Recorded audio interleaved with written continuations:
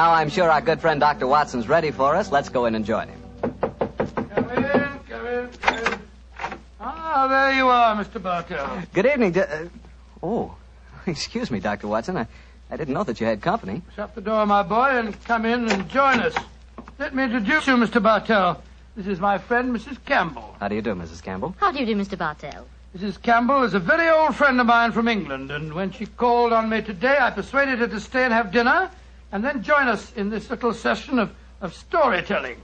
You see, Mr. Bartell, she's really what you might call the star of the Sherlock Holmes adventure that I'm going to tell you tonight. Oh, come now, Dr. Watson.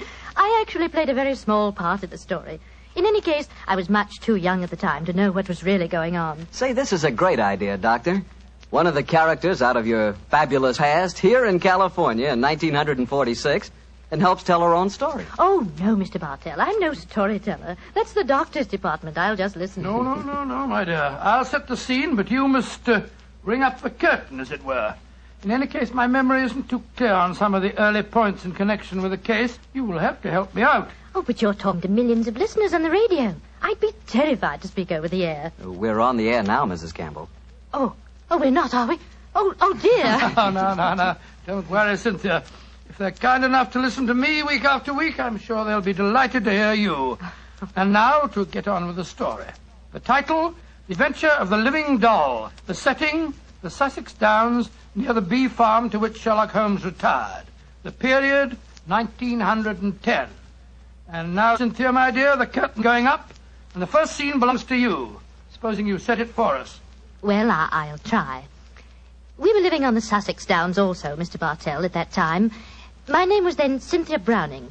My father, Arthur Browning, had been dead for some years, but my mother kept up the estate with a manager, a Hugh Tanner. I was away at school most of the year, of course, but the happiest times of my childhood were spent during those long summer months in Sussex. I lived in a small world, knowing only a few people and loving all of them, or almost all. First of all, there was Mother herself. She was the most beautiful woman in the world, and the sweetest. I remember she gave me a puppy on my 12th birthday. His name was Dusty, and he was so sweet. I talked to Mother about him one day. I must have sounded terribly young. Mommy, darling, I do love Dusty. Very, very much. He's a lovely puppy, and you gave him to me. You love him, Cynthia. I know that. But I've been feeding him. That's your job, darling. It's good for grown-up people to have responsibility. Oh, Mommy, I'll feed him. Of course I will. I'll feed him so full, he'll burst. Then there was the estate manager, Hugh Tanner, such a pleasant man, and so willing to tell a 12-year-old all the things that a 12-year-old has to know or die. But, Mr. Tanner, why did you have to shoot the horse? He'd only broken his leg. Cynthia, horses aren't like human beings. Their legs won't mend. Now think of a horse that couldn't frisk and run and gallop across downs. We're actually being kind to him. Honest we are, Cynthia. And then there was Frank King, the painter who lived on the downs. He taught me to open my eyes and really see things. No, Cynthia. That sunset isn't red. It's gold and rust. And the water, child, look at it. It's almost rose in this light. Rose flecked with cobwebs of eggshell blue. Cynthia, darling, a sunset's never just one color. Do try and remember that, won't you? And then there was Mr. Pound from the city. I gathered that he was terribly rich, and he wanted to marry Mother. But he certainly didn't understand little girls. Cynthia, I'm going to give you half a crown for being a very good little girl. Now, tell me, what will you do with it? I'll buy something for Mommy. Oh, no, my dear. This is your own money. You put it in the savings account at the post office, and it'll make more money for you. Always remember, my dear, take care of the pennies, and the pounds will take care of themselves. Then there was the wonderful wise woman who knew all the things that aren't in books. Always remember, my bunny, that it's good luck to touch the hump of a hunchback. But the curse of Beelzebub himself will be upon ye if ye look at a silver moon through the glass. And then the strangest and most wonderful of all was the lean, middle-aged man with a sharp face and the bee-net whom I met one day on the downs. Good afternoon, young lady. Good afternoon. I'm Cynthia Browning. My name is Holmes. Sherlock Holmes. Why are you carrying that net? You looking for butterflies? Oh, no, Cynthia. I'm a bee farmer. Beef, Mama? Oh, that sounds funny. How do you farm beef? Well, come over to my place one day and I'll show you. I say, that's a beautiful doll you're carrying. Isn't a doll. It's my mascot. It was given to me by Frank King, painter. He made it for me. He made it to look as much like me as possible. I call her me. It's a remarkable likeness. See the hair? That's clippings off my hair. And the nails? Those are clippings from my own nails. She's really me. And I love her. Your own nailed hair, and the doll is an exact replica of you? I don't like that, Cynthia. Remember, my dear, my name, it's Sherlock Holmes, and I live at the bee farm, and if anything unusual happens, come to me at once. Of course, Dr. Watson. I'll confess that first meeting with Sherlock Holmes rather frightened me. You didn't understand why he was so worried about the doll, eh? No, but I remembered what he said about coming to him if anything unusual happened. And I'm sure that unusual something did happen. Yes, Mr. Bartell, and within a very few days. But at this point, I think Dr. Watson should take over the story. It's where he and Mr. Holmes really entered into it. Oh, very well. As I mentioned earlier, Mr. Bartell, I was staying with Holmes. Late in the afternoon, as I remember, that you ran over to the bee farm where I first met you, Cynthia. A few moments before you arrived, Holmes and I, each of us with a cup of tea in our hands, were seated on the veranda, gazing out across the downs and discussing mutability of human affairs. It's strange, Watson, that after a lifetime devoted to the more flamboyant aspects of everyday life, that now, in what is the fast approaching twilight of my days, I find such peace and companionship in the exact and predictable behavior of bees. I wonder what Moriarty would have thought. Oh, you're talking as if you're an old dodder of 90. You say what you like, but I don't think that you'll ever really be happy in retirement. You miss the danger, the excitement of the case, the public acclaim. What are you talking about? My work was never for the public. What did the public, the great unobservant public, who could hardly tell a weaver by his tooth or a typesetter by his left thumb, care about the finer shades of analysis or deduction? In any case, Watson, I chose a happy time to sink into oblivion. In comparatively recent years, a criminal seems to have lost all his originality and enterprise. My own little practice when I gave it up seemed to be in danger of developing into an agency for recovering lost lead pencils or giving advice to young ladies from boarding schools. Oh, talking of young ladies, who's this little girl running up your driveway? Oh, great Scott, it's little Cynthia Browning. Oh, and who's she? Oh, a charming young neighbor of mine. Hello, Cynthia. Hello, Mr. Holmes. You've come to see how I farm bees, haven't you? No, Mr. Holmes. You told me to come to you if something unusual happened. It has. Something that's frightened me. Well, now, sit down, my dear. This is my old friend, Dr. Watson. Oh, how do you do, Cynthia? How do you do? Now, Cynthia, dear, what has frightened you? It's my mascot. My me. Look, somebody stabbed her through the heart. Great Scott, a doll that's an exact replica of her, with a penknife thrust into it. Good gracious me. When did you find your mascot like this? Just after tea. Mommy had some gentlemen calling on her, and afterwards I went up to my room and found poor me on the bed. I remembered what you told me about anything unusual, and so I came over here as fast as I could. Yes, I'm glad that you did, Cynthia. But did you tell your mother where you'd gone with her? No, I didn't. She was still talking to the gentleman. Well, she'll worry about you when she discovers your disappearance. No, don't worry, Watson. I shall go over and talk to her at once. Cynthia, my dear. Yes, Mr. Holmes? Who were the gentlemen calling on your mother? Well, there was Mr. Tanner. Yes. He's the man who looks after the estate for Mommy. Mm-hmm. Mr. King, the painter. Mr. King is the man who made this doll, eh? Now, who else was there? Mr. Pound. He's a businessman from London that's staying with Mommy. And they were all present in your house when you found the mascot lying on the bed? Yes, Mr. Holmes. Watson, old chap. Yes, sir? I'm going over to see Cynthia's mother at once. I want Cynthia to stay here with you. Guard her, old chap, as you would your life.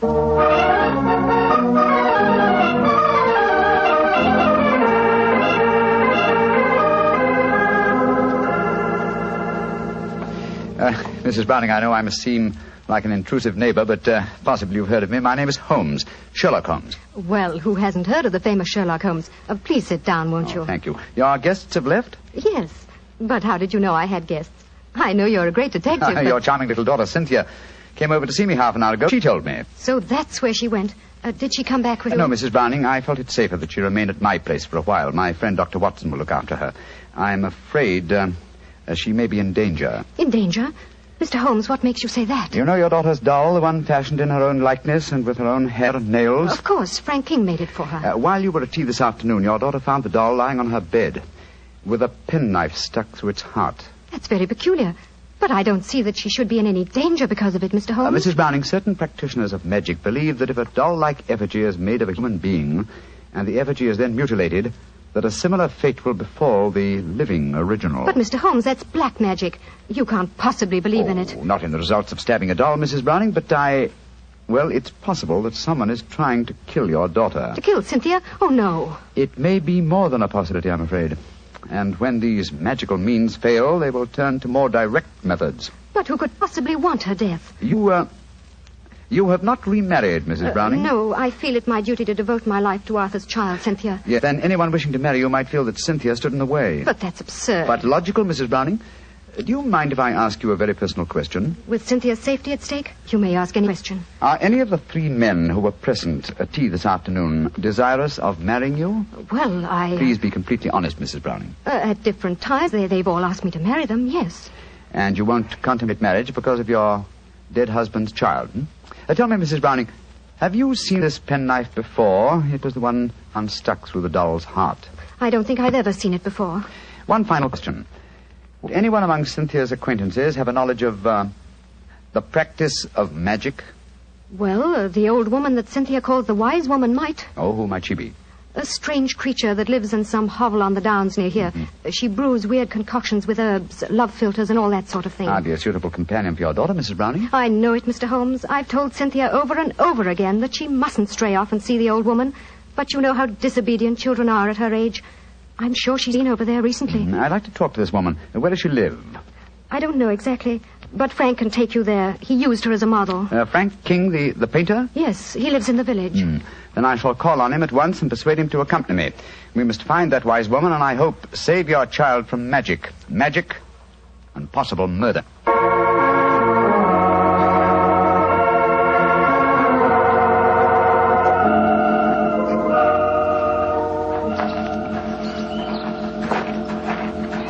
Much further, Mr. King? Only a few more yards, Mr. Holmes. Her little cottage is just behind the trees there. It's a pretty broken-down place. Poor old girl has only a few pennies to her name, I imagine. Mrs. Browning was telling me that you used this old woman as model. Yes, she was a fascinating subject. I painted her. She was mixing up some devil's concoction of herbs and spices. I had her standing over a smoking cauldron with the firelight playing on her. It was quite effective. Yes, it must have been. The subject of witchcraft appeals to you, Mr. King? Well, I don't know anything about it. It was just that she was such a wonderful subject for a painter. Here we are. I'll knock on the door.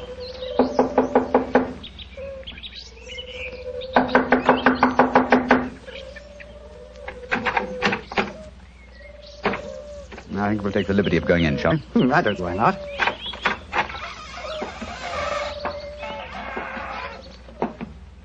Shh. What is it? Listen. It came from that room. Someone is here. Come on. Look at her. Look at her head. Poor devil. Yes, she's alive. She isn't long for this world. Can you hear me? Here, let me lift you up a little. Can you understand what I'm saying? Tell me, who was it that did this to you? She's too far gone to speak. Got a piece of paper and a pencil? Yes. Wait a minute. Here you are. Thanks. Now, can you write the name of the man who did this to you? She's pushing the pencil away. I don't suppose she knows how to write. She's trying to show you something, Mr. Holmes. She's trying to crawl over to the wall. Yes. Here, let me help you. This will be a hiding place of some kind. Look. She's taking a brick out of the wall. What is it? Great Scott! Money.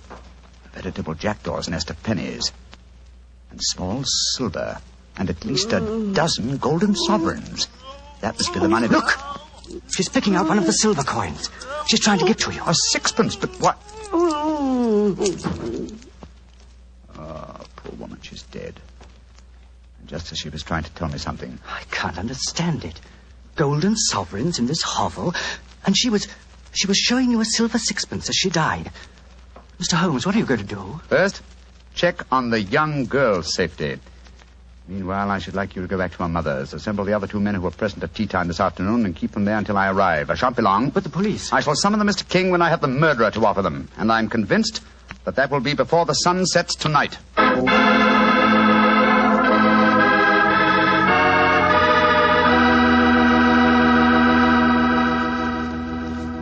Well, Dr. Watson, what happened when Sherlock Holmes rejoined you at the bee farm? Well, first of all, he made sure that the little girl was safe. Then he told me of finding the dead woman and of his theories as to the killing. I can almost hear him now, Mr. Bartell, as he said... See how it was, Watson. Someone wanted the little girl out of the way because they knew the mother would never marry while the child was alive. And that someone persuaded the old woman to do the job for him, I suppose. Undoubtedly. And she, believing in the powers of black magic, mutilated the doll, firmly convinced that in so doing she was destroying the young girl it was fashioned after. And then, I suppose, when the potential murderer discovered the woman was merely indulging in stupid folklore, he killed her, realizing she was only a hindrance to him, and with her knowledge of the plan, a dangerous hindrance. Exactly, my dear fellow. But how do you suppose we account for the hoard of money? Golden sovereigns, don't forget, that we found in the hovel. Well, no doubt it's a sum that she was already being paid for the murder that she was going to commit. As she died, she tried to give me the clue to her murderer by selecting certain coin. Now, in her possession, she had gold, silver, and copper. She chose a silver coin. And yet I can't see its significance, I must confess. Well, at the moment, possibly not. And yet, before the evening's over, I bet you that... What did you say, Watson? I said before the evening's over, I bet you... Thank you, old fellow. That's the clue. You bet me. What on earth are you talking about, Holmes? I was just saying... You've just given me the answer to the whole problem, Watson. What? I'm much obliged to you.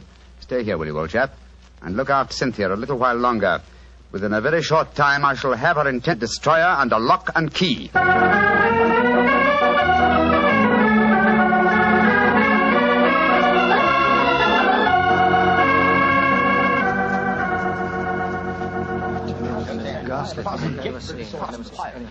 Mr. Holmes, I'm glad you've come. I've had greatest difficulty in persuading these three gentlemen that their presence was necessary. Within a few minutes, Mrs. Browning, two of them will be entirely free to leave if they want to. Mr. Holmes, I think it'd be a good idea to tell everyone what happened. Yes, Mr. Pound, Holmes, I don't think it'd be a good idea to tell everyone what happened. Yes, how do you do, Mr. Pound? How do you do, Mr. Holmes? Look here. If there's some scandal down here... Oh, there is, Mr. Pound. Then I want my name kept out of it. You hear? I have a seat on the London Stock Exchange. Oh, very comfortable for you. Yes. And the other gentleman, by the process of elimination, must be Mr. Hugh Tanner, the manager of your estate, Mrs. Brown. Yes, I'm Hugh Tanner. And now, Mr. Holmes, supposing you tell us what this is all about. I'm a straightforward man, and all this mystery is rather aggravating. Something has happened. Something that concerns us all. What is it? Murder. Murder? Good Lord, who's been murdered? An old woman who lived in the village. Your daughter, Mrs. Browning, referred to her as the wise woman. Mr. King and I found her tonight in her cottage on the Downs, beaten to death. Murdered. Well, that's shocking, but what's it got to do with us? I'll explain, Mr. Pound. Each one of you, I believe, would like to marry Mrs. Browning. Her daughter, Cynthia, is an obstacle to such a marriage. One of you decided to remove that obstacle and engaged the wise woman to carry out the plan. Finding the woman clumsy and ineffective, you decided that she was a dangerous witness, and so you murdered her. Fortunately, the poor woman, as she was dying, gave me the clue to her murderer. But how did she do that, Mr. Holmes? I thought you said that she died without speaking. She did, Mrs. Browning, but she gave me the clue nonetheless, though I was shockingly slow in spotting it. Well, what was the clue? Yes, let's stop being mysterious and come out into the open. You were with me, Mr. King. As she died, I shall let you tell them. Well, she was dying, unable to speak when Mr. Holmes asked who had attacked her. She couldn't write, but she showed him a hoard of copper and silver coins and a dozen golden sovereigns. Sovereigns in a hovel like that? Oh, I see. She meant her murderer was the man who had paid her. And with all that ill-gotten wealth, she died clutching a silver sixpence. And you still don't see who the murderer is? Come along, gentlemen. You should know it as well as you know your own names. Now, Mr. King mentioned that there were a dozen sovereigns. Whose name does a sovereign suggest? Sovereign? King. You, Frank King, were the murderer. Oh, that's ridiculous. The old woman wasn't exactly a mastermind. Why should she be so indirect? And how much is a sovereign worth? £1. And your name, my friend, with a seat on the London Stock Exchange is Pound, isn't it? This is absolutely absurd. I can prove that I've never even met the woman. Well, what is the answer, Mr. Holmes? I'm sure that you know it. The answer is obvious, Mrs. Browning, though I'm ashamed to say that a chance remark of Dr. Watson's gave me the clue. Oh, now look here. Stop beating about the bush, Holmes. What is the answer? A very simple one, Mr. Pound. With 12 golden sovereigns at hand, sovereigns that would suggest either the name of King or Pound, what coin did the dying woman select? A sixpence. Exactly. A humble silver sixpence. And what is the common slang word for a sixpence? A tanner. Precisely. Which tells us that you, Mr. Hugh Tanner, killed the wise lady. Try and prove it. That's all. Just try and prove it.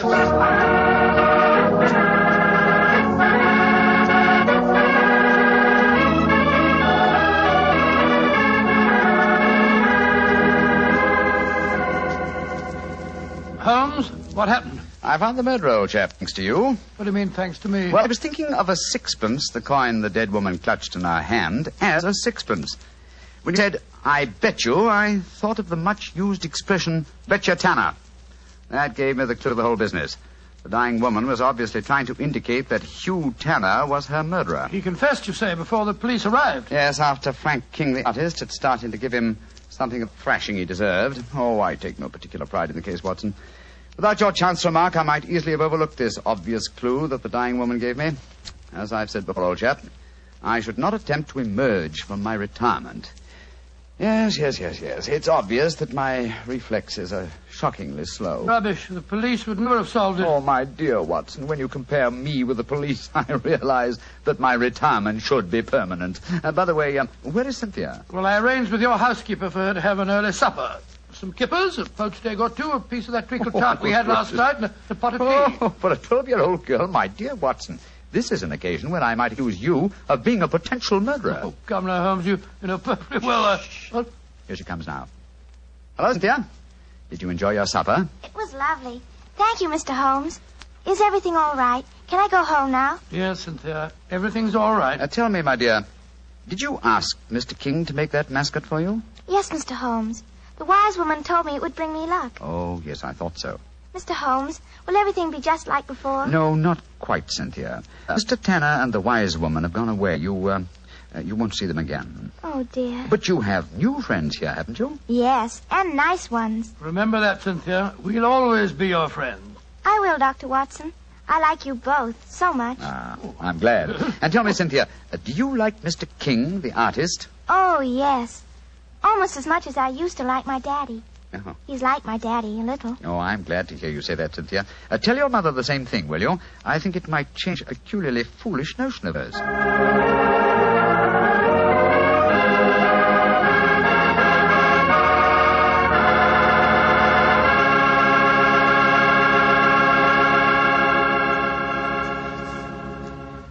Well, Dr. Watson and Mrs. Campbell, that was a really different kind of story. I'm sure glad you were here tonight, Mrs. Campbell. Tell me, has Dr. Watson changed much since you last saw him? Well, yes. I think he's grown handsomer. No. And what about Mrs. Campbell, Doctor? Has she changed? Well, she is more grown up than the last time I saw her, but she hasn't changed much in one respect. What's that, Doctor? Your appetite, my dear. Oh. I remember how Holmes was amazed at the amount you ate when you were a child, but you certainly ate just as heartily a dinner this evening. Well, that was your fault, Doctor. Your dinner was too good. Oh, Cynthia, don't talk about the wine. Well, why shouldn't I talk about the wine? It was wonderful. Sure it was. It was Petri wine, that's why. You see how you got him started. And Mrs. Campbell, Petri wine is always good wine.